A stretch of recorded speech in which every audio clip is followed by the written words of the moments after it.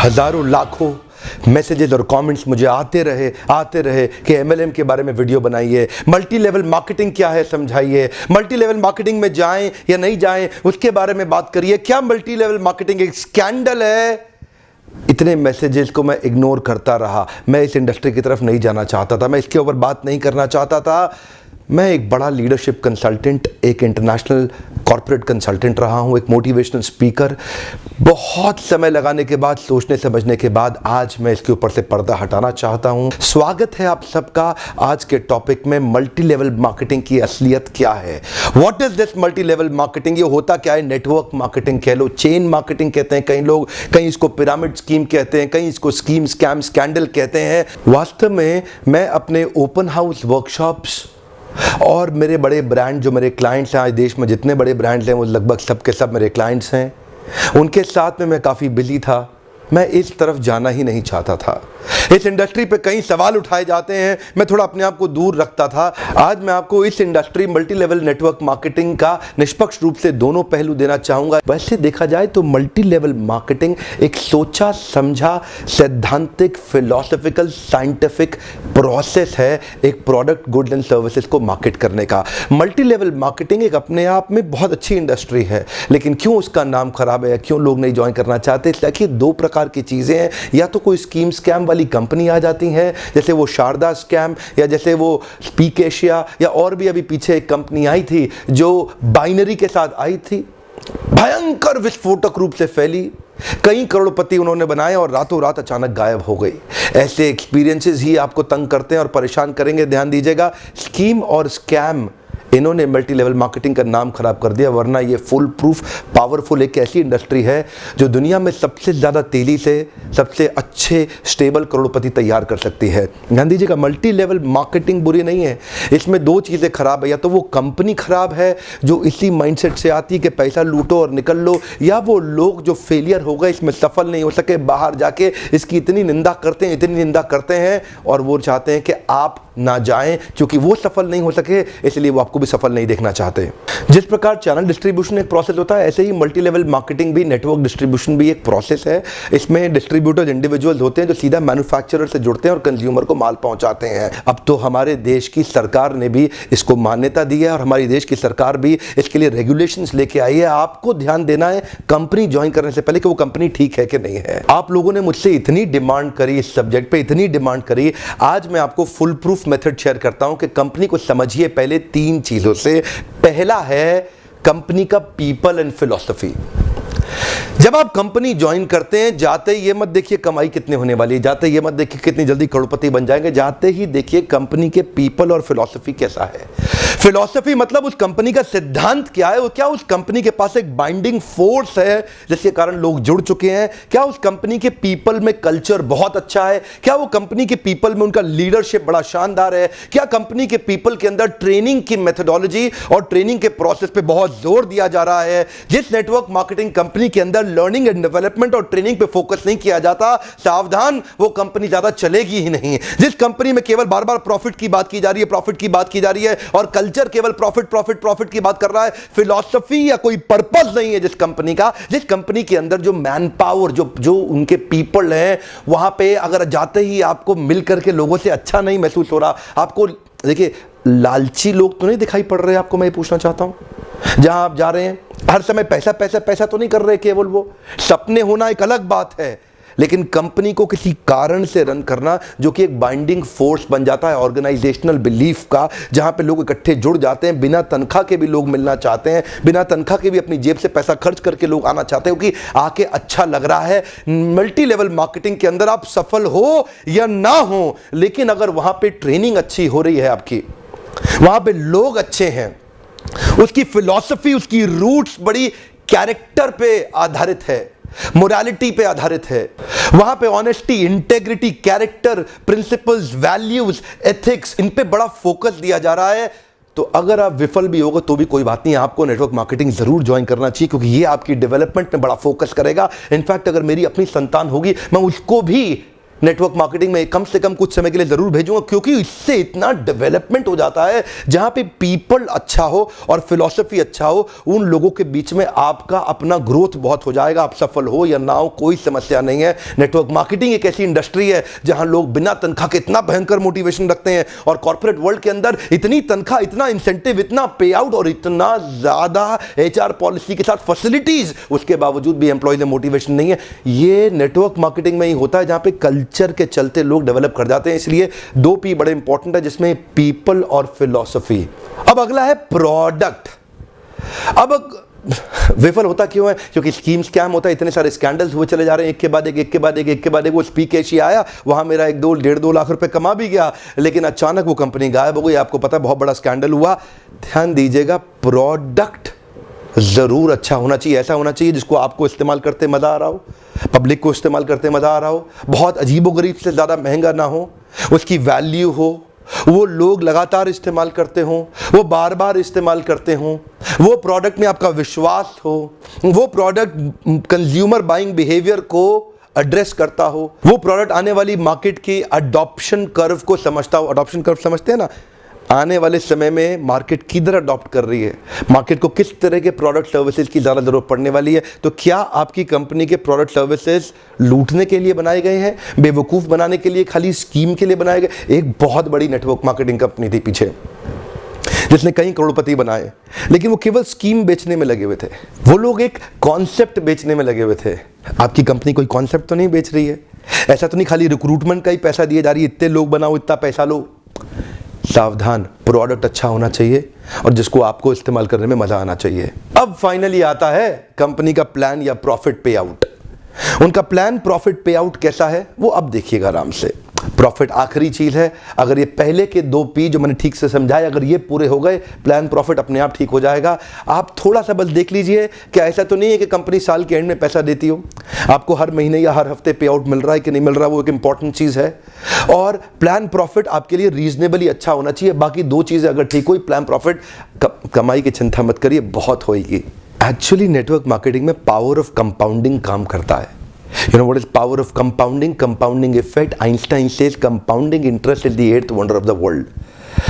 अगर आप 2 उदाहरण लीजिए, अनाज की खेती कर लें या आम का खेत बनाएं। अनाज अगर आप उगाएंगे 4 महीने लगेंगे, आम की गुठली बो दें 4 साल लग जाएंगे।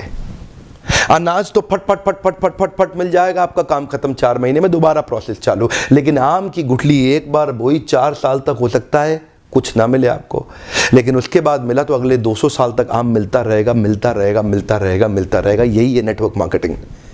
लोग आपको कहते हैं नेटवर्क मार्केटिंग एक अरबपति बनने का धंधा है, आते ही करोड़पति बन जाओगे। धोखा दे रहा, झूठ बोल रहा है आपको, कभी नहीं होगा।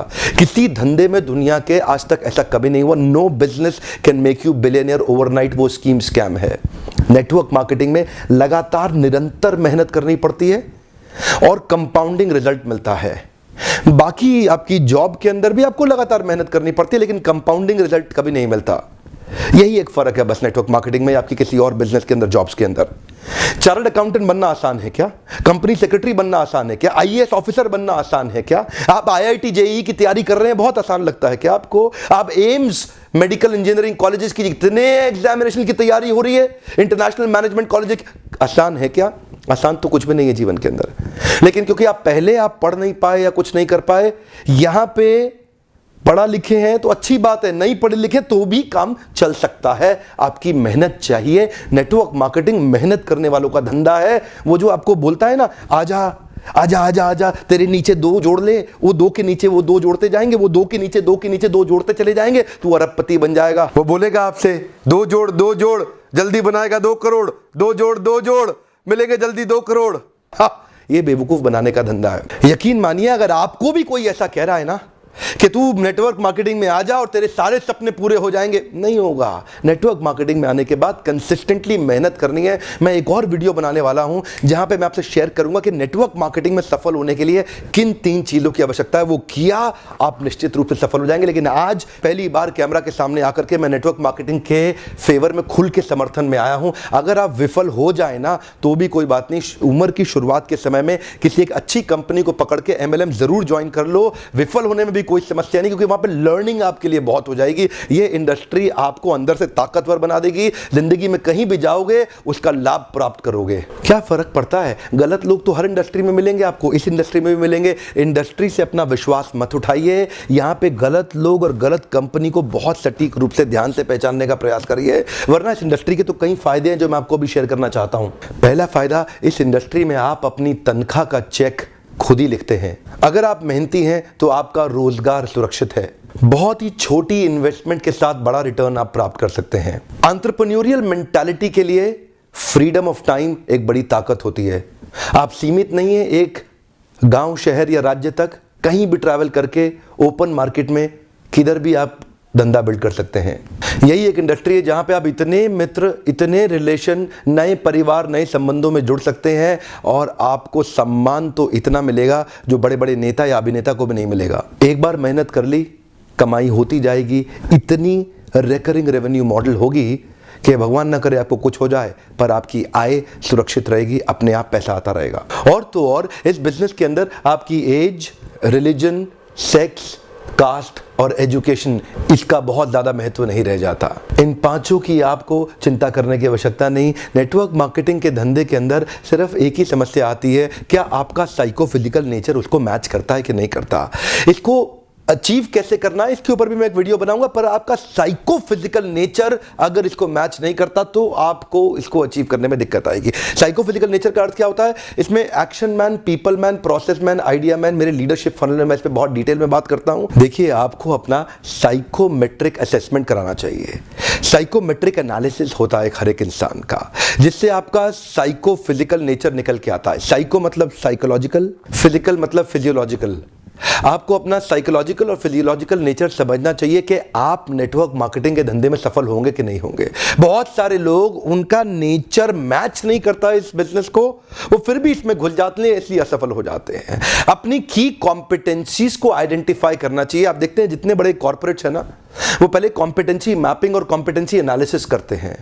हमारे यहाँ क्योंकि लोग कम पढ़े लिखे रहते हैं और आपको एक नेटवर्कर आएगा और आपको फट फट फट बोलेगा, अरे तू अरबपति बन जाएगा, आजा आजा मेरे साथ जुड़ जा, चेन बनाएंगे, ऐसा करेंगे, वैसा करेंगे, जनरेशन प्लान, बाइनरी प्लान, सब समझाएगा आपको। लेकिन अगर आपका नेचर ही नहीं सूट करता उस धंधे को, तो आप सफल होंगे ही नहीं।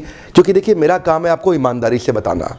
आप डिटेल में जानना चाहते हैं तो आप लीडरशिप फनल में, कई हमारे साथ में MLM के लीडर्स भी आते हैं, they also come and attend. आपको भी अपने ऊपर इन्वेस्ट करना चाहिए, क्योंकि आपकी इन्वेस्टमेंट अपने आप कमाई देके जाएगी, ROI तो आपको मिल जाएगा। क्योंकि लीडरशिप फनल, MLM क्या है, MLM is all about leadership. MLM is building a powerful downline. MLM is about having great relation with your upline. MLM is about continuous learning, ताकि आप अपने प्रोडक्ट को प्रोस्पेक्टिंग और फॉलो अप करके अपने माल को बेच सकें बड़ी कम्युनिटी के साथ में, अपनी शक्तिशाली डाउनलाइन के साथ में। ध्यान दीजिएगा, लेकिन ये आप तभी कर पाएंगे जब आपका साइको फिजिकल नेचर मैच करेगा। एक तो व्यक्ति होता है एक्शन मैन। अब एक्शन मैन कौन है? एक्शन मैन वो है जो एम्बिशंस पे काम करता है, एस्पिरेशंस पे काम करता है, राइट नाउ, राइट हियर। ये डिसाइसिव होता है, इसकी स्पीड बहुत तेज होती है, ये बड़ा गोल ओरिएंटेड होता है। इनके कुछ और कीवर्ड्स हैं, high energy, moving ahead, efficiency, productivity, performance, objectivity. Decisions में बहुत तेज होते हैं, चेंज, अचीवमेंट, चैलेंजेस और रिस्पॉन्सिबिलिटी की बातें करते हैं। एक्शन मैन बहुत ज्यादा सूट करता है MLM की इंडस्ट्री के अंदर। 4 प्रकार के लोग होते हैं, मैं 3 और के बारे में थोड़ा सा बता देता हूं आपको। दूसरा व्यक्ति है प्रोसेस मैन।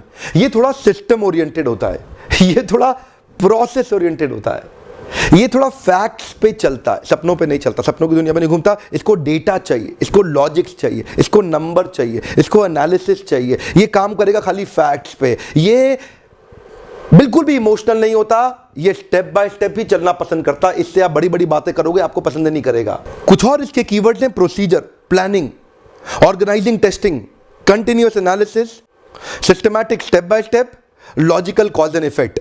अब ये जो लॉजिकल कॉज एंड इफेक्ट और सिस्टमैटिक स्टेप बाय स्टेप वाले लोग हैं, ये नेटवर्क मार्केटिंग में चलेंगे कैसे? ये सफल नहीं हो सकते। एक्चुअली आपके अंदर एक छुपा हुआ व्यक्ति है, उस व्यक्ति को पहचानना है ताकि आप सही इंडस्ट्री में तो प्रवेश करें। और अगला होता है पीपल्स मैन। ये पीपल्स मैन कौन है? इसको रिलेशन बनाना बड़ा अच्छा लगता है, ये थोड़ा इमोशनल होता है, ये collaboration, cooperation, coordination, togetherness, team bonding, team spirit, happily ever. ऐसा आदमी सेल्स करने में तेज नहीं होता, लेकिन संबंध बनाने में अच्छा होता है। तो आपको समझना है कि आपका नेचर क्या है। और चौथे प्रकार का आदमी है आइडिया मैन। आइडिया मैन कौन होता है? जो थोड़ा नए आइडियाज लेके आता है, क्रिएटिव होता है, ऑल्टरनेटिव होता है, कभी भी स्टक नहीं होता, नई पॉसिबिलिटीज की बात करता है, नई सॉल्यूशंस बनाता है, इनोवेशन की बात करता है, कभी फंसता ही नहीं है, बार बार सॉल्यूशन की बातें करेगा, नए नए तरीके अप्लाई करेगा, और वो होता है आइडिया मैन। अब 2-3 तरह के नेचर्स का कॉम्बिनेशन ही आपको सफल बनाएगा। आपको स्कोर निकालना बड़ा आवश्यक है। अब कई बार आप साइकोमेट्रिक, अगर आप कहीं दूर रहते हैं, अपने आसपास ढूंढिए कौन आपका साइकोमेट्रिक एनालिसिस कर सकता है। और अगर आप वास्तव में इन्वेस्ट करना चाहते हैं और मुझसे मिलना चाहते हैं, जो लीडरशिप फनल प्रोग्राम, इसकी थोड़ी बहुत इन्वेस्टमेंट की चिंता कभी मत करिएगा। ये इन्वेस्टमेंट आपको कई गुना रिटर्न्स देके जाएगी। आइए अपना साइकोमेट्रिक एनालिसिस करिए, अपना साइकोफिजिकल नेचर जानिए कि आप एमएलएम में कितनी तेजी से या कितने देर तक सफल होंगे। और हो सकता है आप कभी सफल ना हो सकता है आपको बहुत ज़्यादा सफलता मिलने लग जाए। वो नंबर्स और अपना एनालिसिस करिए, लीडरशिप को समझिए और अपनी लीडरशिप के अंदर बहुत शक्तिशाली डाउनलाइन को बिल्ड करिए। सावधान रहिए, गलत कंपनी और गलत अपलाइन के पास कभी मत जाइएगा। जल्दी पैसा कमाने के तरीकों को तुरंत छोड़ दीजिए। यह मेहनत करने का व्यापार है। मेहनती लोग सही कंपनी के साथ जुड़ेंगे, बहुत बड़ा रिजल्ट प्रोड्यूस कर सकते हैं। मैं जाने अनजाने में किसी एक कंपनी के लिए प्रमोटर या डिट्रैक्टर नहीं बनना चाहता। इंडस्ट्री बहुत अच्छी है। अगर आपको सही कंपनी मिल जाए तो आप अपलाइन की बेइंतहा रिस्पेक्ट करिए। अगर आप अपने अपलाइन की रिस्पेक्ट करेंगे ना, अगर आप अपने अपलाइन की अंधे रूप से रिस्पेक्ट करने का भी नुकसान नहीं होता। हो सकता है कि वो अपलाइन उतना कॉम्पिटेंट ना हो, लेकिन आपका फायदा हो जाएगा। अपलाइन की रिस्पेक्ट करना बहुत जरूरी है, नहीं तो आपको इस प्रोसेस का कभी लाभ नहीं होगा। अपने अपलाइन से सीखिए। मैंने देखा है कई लेस कॉम्पिटेंट लोग भी अगर अपलाइन के प्रॉपर्ली रिस्पेक्ट करते हैं तो उनका बिलीफ सही डेवलप होता है और वो फेथ और कॉन्फिडेंस उनको जल्दी सक्सेस दिलाता है। अपलाइन के रिस्पेक्ट करना ये भी एक सफलता का बड़ा मंत्र है। इसमें सफलता के 3 सूत्र मैं जल्दी ही शेयर करने वाला हूं। वीडियो देखने के लिए आपका बहुत बहुत धन्यवाद। न्यूट्रल पर्सपेक्टिव से ये मेरा एक छोटा सा प्रयास था आपके लिए। अगर कोई एमएलएम का लीडर शुरुआती दौर में हताश हो रहा हो तो आप उसको मेरा वीडियो जरूर शेयर करिए। हो सकता है उसका उत्साह बढ़े और वो भी आगे चल के बहुत बड़ा व्यापार कर सके। आपको अगर इस तरह के वीडियोस पसंद आते हो तो उस पर लाइक करिए और मुझको अपनी प्रतिक्रिया देके बताएं। और मेरा आज का प्रश्न है, नीचे लिखिए, आपका एमएलएम को लेकर के कैसा एक्सपीरियंस रहा? अपनी निष्पक्ष और बेबाक राय रखें। One more time, come on. आपका एमएलएम को लेकर कैसा एक्सपीरियंस रहा? अपनी निष्पक्ष और बेबाक राय रखें। एक दूसरे से लड़ने की आवश्यकता नहीं है। एक दूसरे के ओपिनियंस को रिस्पेक्ट करना चाहिए और एक दूसरे के ओपिनियंस को आके पढ़ना चाहिए और समझना चाहिए। लेकिन हाँ, अगर आपने अभी तक सब्सक्राइब नहीं किया, जरूर सब्सक्राइब कर लें। आगे ऐसे कई वीडियो डालने वाला हूं जो आपको सफल बनाएंगे। बेल आइकॉन को हिट करिए, नोटिफिकेशन सीधा सबसे पहले आप तक आ जाएगा। वीडियो देखने के लिए आपका दोबारा धन्यवाद।